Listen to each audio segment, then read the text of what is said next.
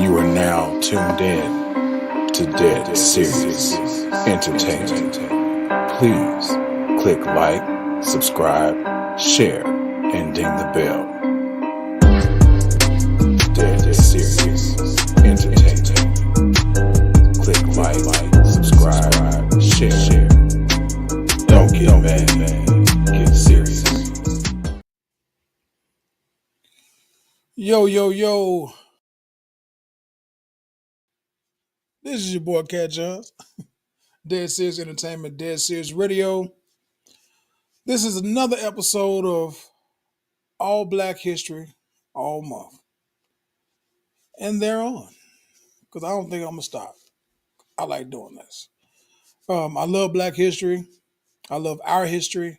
The real truth, not that fake stuff that they put in these history books, inside those curriculums that they teach in these public schools. I don't know if they're teaching in private schools or not, but if they don't, you could definitely tap into Dead Serious Entertainment and start your journey on the real Black history. So without further ado, today I decided to start with Baba Dick Gregory. If you don't know who Baba Dick Gregory is, he is a comedian / activist that has done a lot of work. Even before he passed, he did a lot of work. He was spreading the word about how we as people should do better, can do better, and he didn't give a fuck about how you felt about it. He's gonna tell you exactly how it is. That's why I said what I just said. So, without further ado, this is a interview that he did. I'm sorry if I'm pronouncing this incorrectly, but he did a interview with Al Jazeera. I'm not sure if that's correct or not. I do apologize if it is incorrect, but you will see it where he did this interview with Dick Gregory and speaks on some very powerful stuff. So again, like I said, this is not going to be the last time that you see me post about Dick Gregory.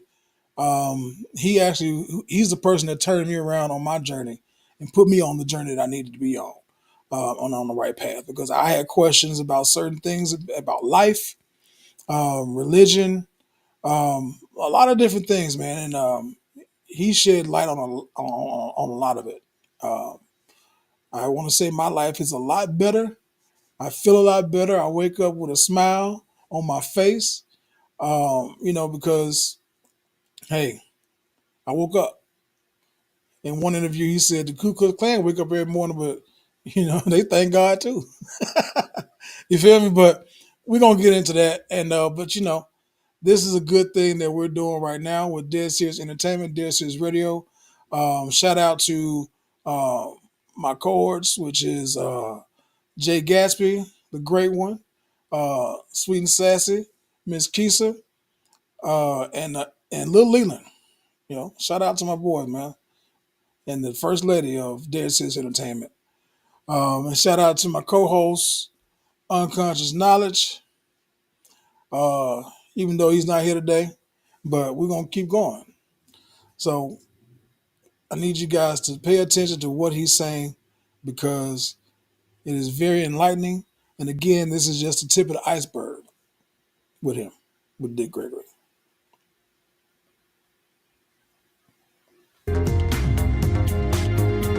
A white guy killed my Jesus, and they taught me to call it a good day. Civil rights activist and Missouri native Dick Gregory has been calling attention to race relations in the U.S. for decades.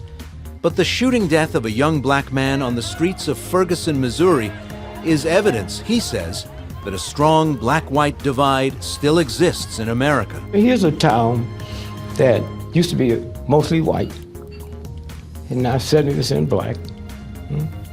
White mayor, white police chief, anything important is white.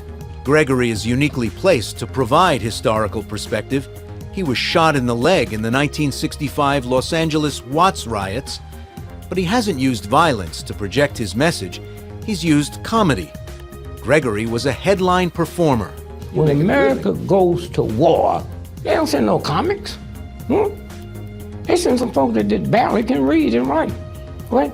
At 81 years old and a father to 10, Dick Gregory reflects on his past and the legacy his children will inherit. We spoke in Washington, D.C. You got into the civil rights struggle early on. Could you have imagined, had I whispered into the ears of your 20-something-year-old self, that about 6 decades later, we'd still be having these same arguments? Let me answer it this way. 120 years ago, if you was at a meeting and say one day horses will be obsolete, they'd put you in the mental hospital. It's the same. You couldn't see this. You couldn't see this, especially black folks couldn't see it. We're the only group of people that had the struggle, the viciousness we went through, and we opt for education over liberation. When George Washington was fighting the British, it wasn't so he could build a college, it's liberate. So all the black folks you see in America has never been liberated. You get a white cop, can kill my mama, my daddy, my children, but in the news media, if you check, a white cop ain't never hit my car, not my automobile. But when you look back, and I've been looking back because of the 50th anniversary of the Poor People's Campaign, I have seen a lot of black and white film and a handsome, skinny young Dick Gregory in a white shirt and a skinny black tie. That was me. Talking about hope, about a belief in the future, about a belief in this country being willing to release its grasp and grant black people full human and civil rights. There had to have been a certain optimism in the tank for those things to go on in the late 50s, in the early 60s. Yeah, but that's because we never been liberated. We talk as a group of people that are educated but not liberated. And George Washington didn't have that many educated people with him, a bunch of thugs, but they wanted to be liberated. The song don't say, give me education or give me liberty or give me death. But let's talk more about that dichotomy that you're pointing out between education and liberation. Yeah. A lot of the wise old heads who got all that stuff started said that the two went hand in hand. They wanted the HBCs filled with tomorrow's doctors and dentists and preachers. A black PhD right now, driving down the street in Washington, D.C., with $1 billion in the bank, 5 PhDs, he hear a squat car, and he squeezed the steering wheel tight. Nobody told him that. That's in his blood. And then when the car passed, he said, thank God, God had nothing to do with it. They wasn't after you in the first place. You have to look way into it, I missed it all coming up. My mother, gave me everything a child would want. See, when I was born, we didn't have welfare. Everything a child would want for Christmas. And they told me a white man brought it to me. So we sit here, you and I, you're 81 years old, you've been a public person for most of that time. Yes. And you are not a liberated man? Not at all. No, you can't get liberated with money. That comes from inside. They convinced me that all black women are ugly. That's okay? They convinced black women that all black women are ugly. The only woman on the planet, a black American woman, go to a place called a beauty parlor. All the rest of them hair salons, beauty parlor. They teach me something's wrong with my hair. My hair didn't come from Sears and Roebuck. It came from the same God that put the universe together, and yet you hear black folks say, oh, she got good hair, she got bad hair. God in the business of making something bad? But haven't we shaken some of that off? I don't hear people talk the way I did when I was a kid about good hair and bad hair. When I was born, they was changing a black person's dollar for 49 cents. Now they give me 98 cents. I don't want 98 cents for $1. I want a full dollar's change for $1, or this cash register will never ring again. You got black folks so ashamed of ride, they call it rebellion. It's not no damn rebellion. A rebellion ain't something you have after a cop shoots somebody. A rebellion is planned. You know the day it's gonna start. This is a ride. In Chicago in 1968, it was a police ride. They didn't say police rebellion. A black father I had 3 boys. I never taught them to behave when you run across an ignorant, racist cop that might kill you. Why? Anytime you teach your child to treat filth nasty, then they think something wrong with them. That's the game. I've never taught my children you have to be twice as smart as white people. See, children don't hear what you mean, they hear what you say. And when you tell them they got to be twice as smart, in their mind they think they dumb. That's how it works. So we turn on the television, another story of a young fella being cut down on the street by a policeman.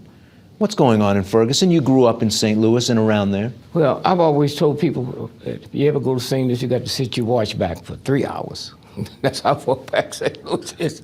I mean, here's a town that used to be mostly white, and now 70% black. White mayor, white police chief, anything important is white. Anything important is white.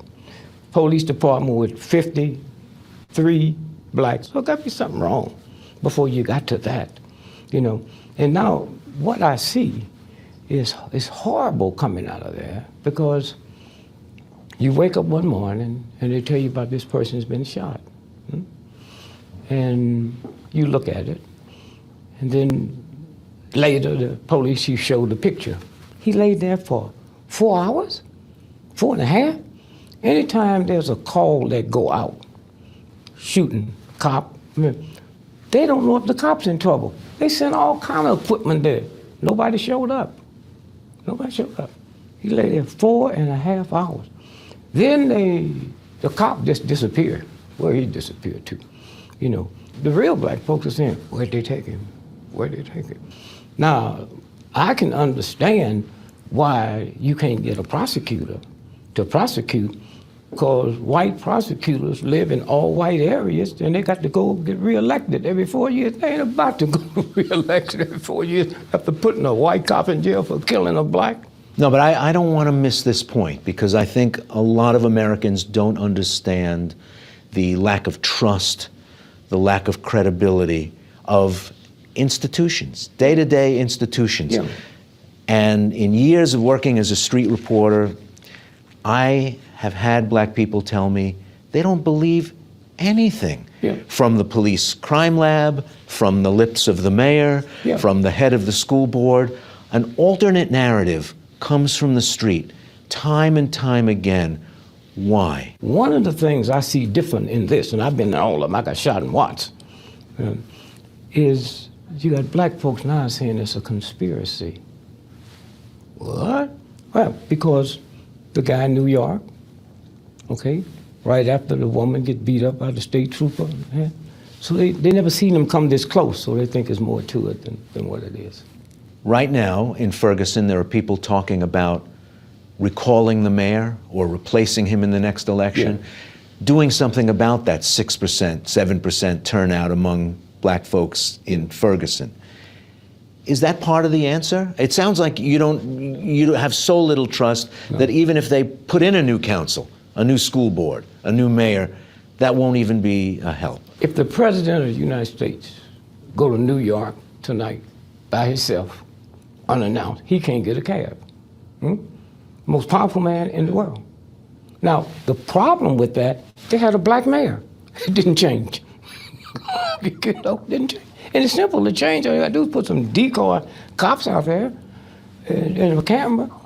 And the minute that cab pass you and you see it, pull them over just like they do when they give you a speeding ticket and then suspend their license for 3 weeks. And you do it again forever. You don't have to go through no whole bunch of changes to do that. It's that simple. But look at how far the conversation, what we think of as the conversation, has come since you got into the struggle. Aren't we better off as a country? Not at all. Not at all. It's gone from physical to mental. It's a mental thing now. The South have always said they don't care how close I get. Well, you can't own me as a slave, and I'm not living in the same piece of land you live on, as long as you don't get too big. Up north, they say they don't care how big I get, as long as I don't get too close. And that's there. I mean, my hero, #1, would be John Brown. Not Jesus, not all this other stuff, Because John Brown got us sitting here now. He changed everything. With the greatest movement in the history of man is the abolitionary movement. Do you know black folk couldn't belong to it? Here's white folk gonna go out, kill for me, die for me. That was Frederick Douglass' biggest problem. He couldn't be part of the abolitionist movement because they say black folks are too childlike. Huh? That hasn't changed yet. Still the same. So even Frederick Douglass, friend of some of the most prominent Americans of his day, yeah. a co-signatory of the Seneca Falls Declaration, yes. one of the most stirring writers of the second half yeah. of the 19th century. Taught himself how to read when he got out of slavery. He couldn't belong. He couldn't belong. And the reason the whole thing changed is John Brown. December the 2nd, where I go now, is Charleston, Virginia. The tree that they hanged him is still there. I just go hug the tree. They tried him, sentenced him. And so on the 2nd, when they hanged him, I go to that courthouse right where he walked out, walked to the street, turned left, walked 3 blocks, turn right, walk 3.5 blocks, and there's the tree, okay? And what did he say? He said, you got anything to say before we hang? Yeah. If what I'm hanging for had I done for rich white folks, I'd be your hero. But last night I talked to God.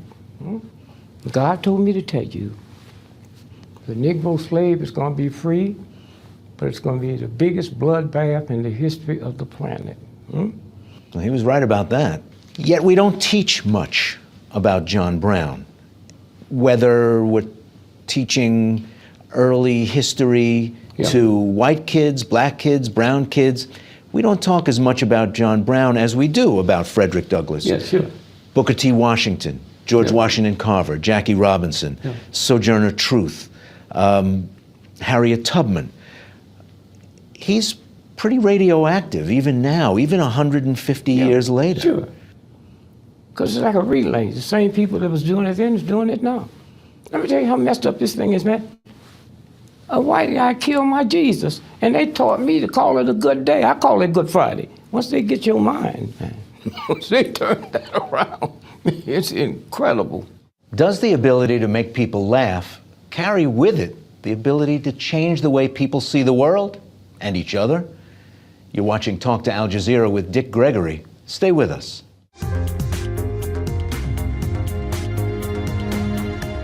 Only on Al Jazeera America. I lived that character. Go one-on-one with America's movers and shakers. We will be able to see change. Gripping, inspiring, entertaining. No topic off limits. I'm like, Dad, there are hookers in this house. Exclusive conversations you won't find anywhere else. These are very vivid human stories. If you have an agenda with people, you sometimes don't see the truth. To watch new episodes of Talk to Al Jazeera, check your local listings or visit aljazeera.com.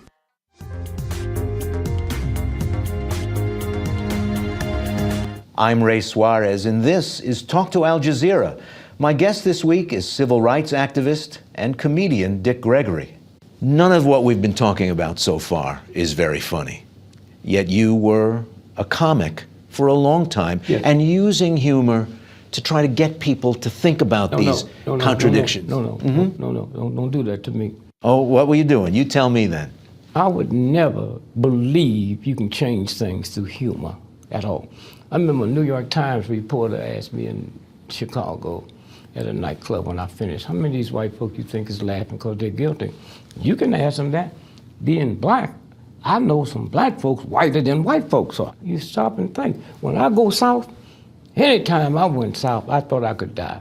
The fear, that's what fear do. But when you're working the Playboy Club, which, let's face it, most of the audience was white. Yeah, all of it. Because to be a key holder, Yeah, sure. you basically That's had to right. have some dough, and most people who had Right, it yeah. were white. If you tell a joke about segregation, if you tell a joke about people getting clubbed on the head by police, that's a moment where the person laughing may start laughing and then have an uncomfortable confrontation with themselves. It may not have... I didn't go up there for that. You know, You're when making a America living. goes to war, they don't send no comics. They send some folks that barely can read and write. Right? When America decided they wanted to go to outer space, they didn't get some folks that love America. They got scientists. And if this thing is to change, it had to be science. What have this done to your mind? I know who I'm dealing with. A white dude that his own wife, his mother, his daughter, his girlfriend didn't get the right to vote till 1921. If you do that to your mama, my mama better stay in the house. Legally, black folks had a right to vote before white women. So if you weren't using humor in that way, why didn't you just keep it safe, keep it light? You didn't. You went to places that made people uncomfortable. Yeah, but you must remember, I know who I am. Huh? I got 10 children. They tell me about Father's Day. I don't even celebrate it. Why? I never had an affair with my wife to create another God. I was just doing the do. But I never bought a car. I didn't know the year, the make, the model, the down payment, the insurance, the trade-in. When I got to look myself in the mirror, not sit across from a TV guy, when I look myself in the mirror and realize I put more planning in owning a car than creating God's new life. I'm just as filthy as the rest of them are. Anytime I get on a plane and fly to a peace rally, first class, that tax money go to make bombs and stuff they drop on little children. So when they fall on my grandchildren, hey, what took you so long? This is what this is about. Now, how did I get that way? I don't know. You know, I came up, didn't know where my father was, glad he wasn't home. You know, and we listened to all this crap about, there's no dad at home. Hitler had a mother and father at home, look how he came out. This is a game they play, you know. There came a point where you stopped doing stand-up. Why? Oh, because of cigarettes. I used to smoke 4 packs of cigarettes a day, but I didn't want to bring people into an atmosphere to see me where they had to sit through cigarette smoke. And that's before I knew about the secondhand smoking, so I just quit. And after they. So quitting one meant you had to quit the other? No, it's, you know, remember, I still think as a Negro, man, unshackled, unfree, you know, and I'm not gonna let nobody make me a hero because they think I'm a hero. I live with me. I know who I am. I'll die for it. But there's certain things I won't do, and that was the money piece. I mean, I made more money at that time than most people, just second only to Frank Sinatra. But I spent it for the movement. When they cut the food stamps off in Mississippi, I carried 70 tons of food there every 2 weeks. You make it sound straightforward and logical, but you walked away from the dough. You walked away from the applause. You walked away from whatever, the Ed Sullivan Show and all that stuff. You made a choice. You had to at some point say, this is more important to me than all the good things that have been dished out. If you could feel your hair grow, you'd probably go crazy. Okay? You know. So I had a big farm, Rolls Royce. I lost all of it. Who cares? You know, I grew. It was the movement that changed me. Okay, tell me how. Well, as a child, I went to the movie because I just realized the hand I've been dealt in the St. Louis ghetto, that can't come from God. Something's wrong. You know, so I went to the movie and dream. I'd see Clark Gable, long black hair, and every time he'd say something to him, he'd shake his hair and flip it back. I damn near broke my neck one night sitting at home trying to flip a nap back, you know. And I said to me, long before I hit, that to be black in America, and you hit big with a job or money, you owe yourself X amount of treats just to unmess up your mind. So that's what I did. Before I hit big, I said this, when I realized it was gonna be in entertainment. If I don't bring a woman into the nightclub, I'm not leaving with one, okay? That was the law here. And so I had certain things set up before it happened. I knew I was going somewhere. I didn't know if it was sports. I knew it wouldn't be sports. I knew it wouldn't be entertainment. I've been around entertainers in my life. And wait, you said you knew it wouldn't be sports. You were a celebrated, admired track athlete. Yeah. That had a lot of future to it, and you walked away from that as well. It probably made me. You know, we had dual school systems in St. Louis. Black school, white school. Black track meets, white track meet. So I went to the state black track meet and ran the mile faster than anybody that year on the planet. I didn't get credit for it because I was at the Negro meet. So what did I do? I go by the NAACP, Mr. Wheeler, and organized the march so when school opened up, we could beat him. He didn't know what I was marching for, you know. And so that day, it scared them white folks so bad. That's when I realized certain white men got power, you know. They arrested me, and I get home, 3 white men sitting in my house, And my mother all upset. And so that 3 days later, white boy, Hickey, superintendent of schools, made one call and told me, said, just a minute, 30 minutes, I think we can fix this. So he called, legislator, got on the phone and integrated cross-country. Now, that September, fall, cross-country. I was the first black in the history of America to win a state cross-country championship. Now the spring is outdoor track, University of Missouri. A black couldn't go there. You couldn't stay in a hotel there. You couldn't eat there. So we drove up from St. Louis with 144 miles to Columbia, Missouri, and found out you couldn't stay in a hotel, you couldn't stay on campus. My points alone, we would have become the state cross-country championship. But then you sit and you look and you look and you look. And if I had to say what turned me around, I was in the band, playing the bass drum. Bass drum, that's the heartbeat. Looking back at a long life in the civil rights struggle, at long last, is Dick Gregory optimistic about the future? You're watching Talk to Al Jazeera. Stay with us.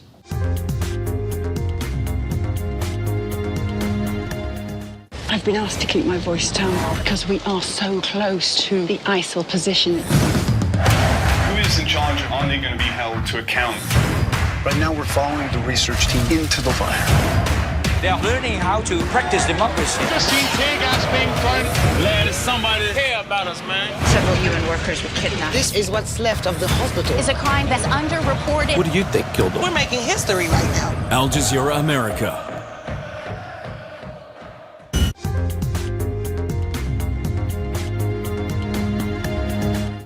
This is Talk to Al Jazeera. I'm Ray Suarez, speaking this week with Dick Gregory, activist, comedian. Dick Gregory, take us home. I mean, if people have watched this show from the beginning, they might be feeling pretty bleak about the future of the country. Do you? And I've been nice. If my mother could hear some stuff I said, she'd call police on me. Those folks in that little town there outside of St. Louis, they see the cops talking to the prostitutes, they see them talking to the drug pushers, they see them talking to the bad guys. But they give them a slap upside the head, call them all kind of names and this and that. So you wonder, but it's like when you don't have the power to do anything about it. You don't have the power. They go to church every Sunday and pray and come out and let somebody misuse them. And so it will change. But you have to go in with big money and top minds that can go in and turn it around. If that happened, I don't believe, and if I did, I wouldn't say it, that we are beyond the point of no return, but we fastly getting there. I want to bring up optimistic children, but realistic children. Sure. So you don't want to tell them the game's rigged and you already lost. So I've tried to temper realism with a belief in the future. It's a tough thing to do. I try to temper that, knowing what's in your head, you know. You see, the one thing that President Obama should have taught black folks, you know, we were always told, behave yourself, get a good education. He went to the school the white boys go to. Never been to jail. Just as nice and kind, huh? They treat him as bad as they would treat a third grade dropout on death row waiting to be electrocuted. So that would say, don't believe what they're telling you, because it don't work. So don't play it straight? Don't walk the straight and narrow? Don't be Barack Obama? Is that the bottom line? No, I'm honest. You know, all my children have been successful, very successful, because I told them the truth. Education ain't nothing, huh? If you think there's a universal God that put the planet together and need a system who hate you to teach you something, then you're in trouble anyway. You know, I had a mother that couldn't come to my graduation because she didn't think her clothes was right and she didn't want to embarrass me. That's that feeling. And lastly, let me say this here. No group of people have ever been negatively go through what we go through, and them same white folks pick us to feed them, take care of their children. They see something in me, okay? But I never had that much faith in white folks. They hire nannies to change the baby diaper or walk their own dog and pick up the dog. Something got to be wrong. with that. You know, something's got to be wrong. Well, they get their exercise, but Yeah, well, yeah. The only way to help us if somebody came from outer space and saw that, they would steal the dog because they think that's the one that had the power. You know, and black folk, you know, I wonder how many black folk really realize how black folk feel about white folks and their dog. Kiss them in the mouth, take them outside, the dog run across the street, kiss another dog in the butt, come back, they don't even wash it. well, that's a whole other show. Yeah. Well, thanks. It was Thank fun. you, brother. Thank you.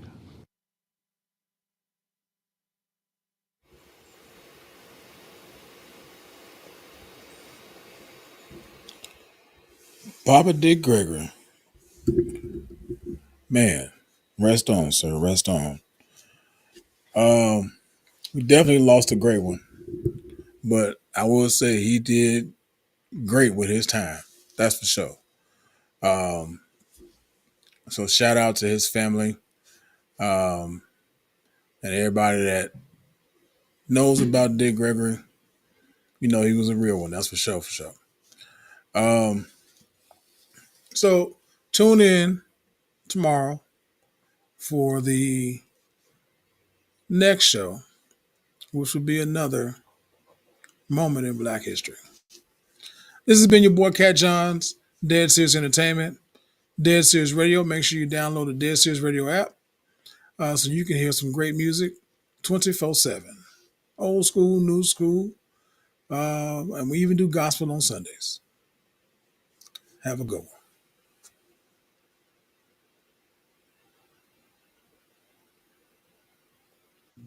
You are now tuned in to Dead Serious Entertainment. Please click like, subscribe, share, and ding the bell. Dead Serious Entertainment. Click like, subscribe, share. Don't get mad.